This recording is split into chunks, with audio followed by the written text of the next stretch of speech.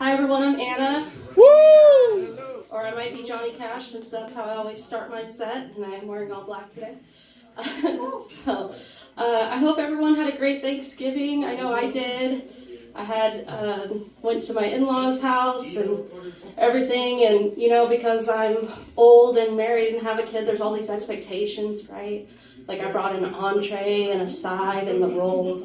Like I brought a turkey breast and stuffing and rolls and gravy because that's all the stuff I like. And if you like it, you got to make sure you do it right. Okay, you can't trust anybody else. So I'm going to bring the food I want to eat to the party.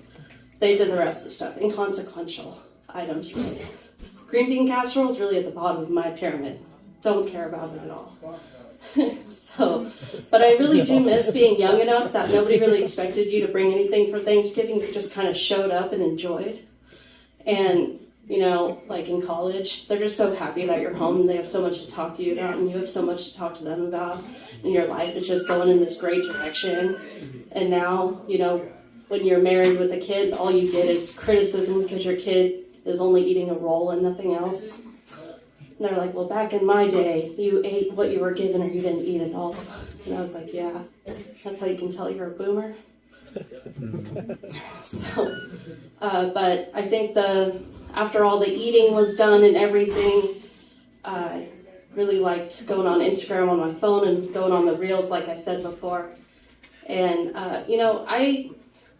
I like Instagram, but their ads are very targeted and sometimes gets a little too personal. So if you were here a couple weeks ago, I made a joke about how I like Pringles because they have a built-in alarm system. If your hand is too big to fit in the Pringles container, it's time to take a break and stop eating the Pringles. But I got an ad for this thing you put in the Pringles that's kind of a curved cylinder, kind of like the Jenga sleeve that helps you build the Jenga blocks. And you put it in the Pringles, and it pulls out all the chips in one long, nice line for you to eat, so you can see them at once. So you don't even have to reach in there. And I don't know whether to be offended or intrigued, because I was like, that's so cool. Why does it know that I need that? And I think the thing about snacking is that you don't really want to be faced with the fact that you're about to eat this entire container, okay? You're just sitting there watching Netflix, eating your bag of chips, and then all of a sudden you reach the bottom and feel bad about yourself. That's how I like to approach it, okay? But if you're going to just use this Pringles thing and pull out all the chips at once, then you're really committing to it. And then at that point, it's just not even fun. You're just like, oh, I'm going to eat an entire thing of Pringles, and it's right in front of me. I don't know. So I just felt like that was a little too much, too close to home. But when you're watching just regular TV or Netflix or something, the ads aren't always as personalized. And I love watching commercials. I was here for trivia on last Wednesday, and I thought it was the night before Thanksgiving, it won't be busy, but it was packed to the brim with people in here, and it was amazing. And my husband and I were here. We were the accountants. It was a really original team name.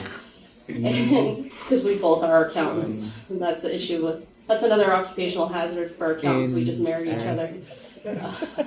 Because you're just around each other so much, and you're just not interesting to anybody else, and really you can only make conversation about accounting stuff to another accountant, so that's what happens, and that's how you get together. So we were here, and it didn't take an accountant to see that we were dead last almost the entire night in trivia. It just wasn't our day.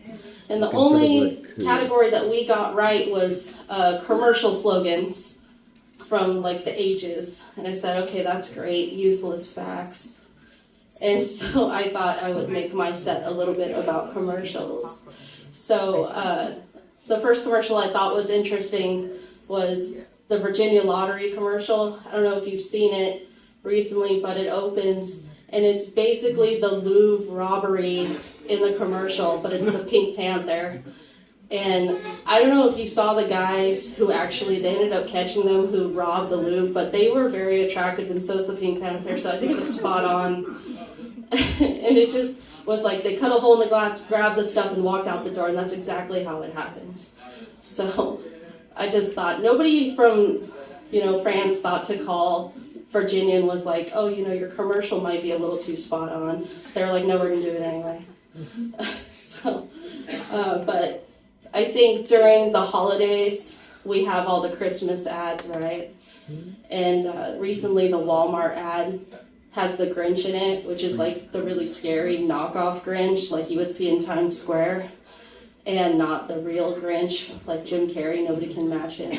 But the whole thing about the Walmart ad is that the Grinch is saying, oh, you can go to Walmart and get all the things on your Christmas list and tell all of Whoville that this is the best place to shop, which is the whole point of the movie, was that the spirit of Christmas is that it doesn't need to be so commercialized. And you don't need to buy presents for everybody, you just need to spend time together. And Walmart was like, nah, No. this is way better. You need to just go shopping. That will bring everybody together. Forget family values, it's fine.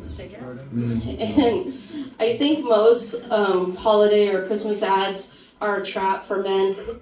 And because men don't really pay attention, they're always in a rush and they're shopping on Christmas Eve for their women, and they really should just listen and pay attention more.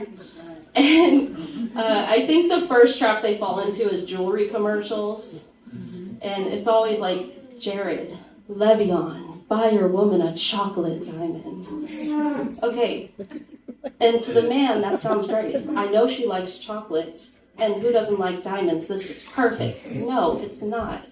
I do not want some brown diamond. That is some reject pile of diamonds that they rebranded as being cool. And that is not for anybody, okay? It is a trap. Any piece of jewelry that you see on a commercial means that they just cannot sell it otherwise. Because have you ever had to convince a woman that she doesn't need a diamond bracelet? No, she's literally going to go in there and buy all the jewelry she wants. Okay, so any piece of jewelry that you see on a commercial, men, it's a trap. Please don't buy that. It's super ugly. That's why it's there. I think the other set of commercials that I always laugh at during this time is the fragrance commercials. Mostly because you're just so bamboozled the whole time that you don't even understand what the commercial is for until about 0.02 seconds at the end. It's so weird. And, you know, it's like Johnny Depp, and he's like running around in the mountains, and all of a sudden there's a mountain lion, and you're like, oh my god, is this Pirates of the Caribbean on land? And he's just getting chased around, and you're like, I'm so scared. What's happening? And the mountain lion's like literally about to eat him, and then it's like, Dior. And I just don't understand why. And it's just so unnecessary. And the odds that as a man you're gonna buy this perfume that's being advertised to you and your woman is gonna like it are zero. Okay, you might as well go back and play the lottery in the earlier commercial, because women are very particular. That is also a trap. Do not buy fragrance that you've never smelled in your life or that you don't know she likes on a commercial. Again, they wouldn't be selling it on a commercial if it was good. Okay, so among that, I think my favorite other category is commercials that use pop songs or rock songs from a long time ago and just repurpose them into something completely ridiculous that makes no sense. And my favorite example of this, everybody already knows, is Like a Rock. It's those Chevy commercials by Bob Seger. You guys heard that song? I love Bob Seger. He's my favorite karaoke, that and Billy Joel. Lucky for you, I'm not singing tonight. So, in the commercial, obviously you got the truck and it's going over all the mountains and stuff.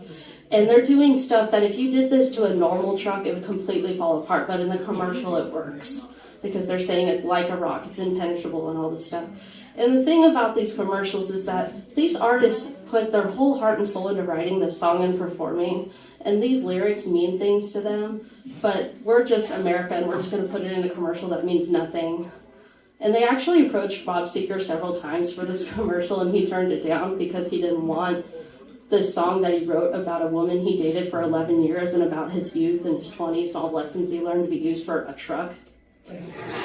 But eventually, he found out that he loved the truck more than the girl he dated for a long time, so he let them use it. And so back to the commercial, so the truck is all this, and you know, they're dropping like a pallet from 20 feet in the air and the truck is still standing. That would never happen.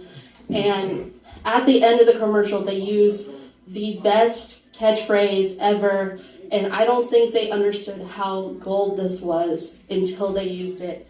And it was, the heartbeat of America is winning, Chevy. And I don't think they understood that they were using the campaign slogan for Trump's third term at the end of their commercial. Can you think of anything that sounds more Trumpy? The heartbeat of America is winning. Like, it has winning, it has America. Heartbeat makes no sense in this context. It all works together, completely nonsensical. It's perfect. Nice. So, another one I came along was for this heart failure medication called Entresto. Oh my god. I am glad you think that sounds as ridiculous as I did, because the first time I heard Entresto, I thought, that's the perfect name for an Italian restaurant. And it's actually really sad. So it's this drug that is supposed to help people with heart failure live another day. Literally, that's what they say in the commercial. And the song they chose for the commercial was Tomorrow by Little Orphan Annie. Oh, like that God, song, like damn. Tomorrow. Exactly. Jesus. I love you tomorrow. You're only a day away. So in the commercial, it opens with this old man, and he's like, tomorrow, I just want to live till tomorrow. You can Google this. And that's how they're all just saying that. And the slogan at the end of the commercial says, help make tomorrow possible. And that's cool and all, but they're just saying tomorrow. They're not saying forever. Like, do you have to keep taking this to live another day? Like, we're only guaranteeing tomorrow. We're not guaranteeing you anything else. Like, you're going to wake up and that's it. The rest is up to you. Hopes and prayers. So, I just think, I don't know why they make these choices. I thought that one was the most pathetic. The other one was, I already forgot the name. It was like a Zono or something, which is inconsequential. But the song was Go Your Own Way. And that song was so deep and meaningful. You know, it was a breakup song between two members in the same band, which how awkward would that be, right?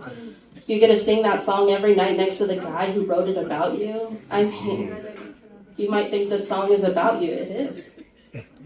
That was for a COPD commercial.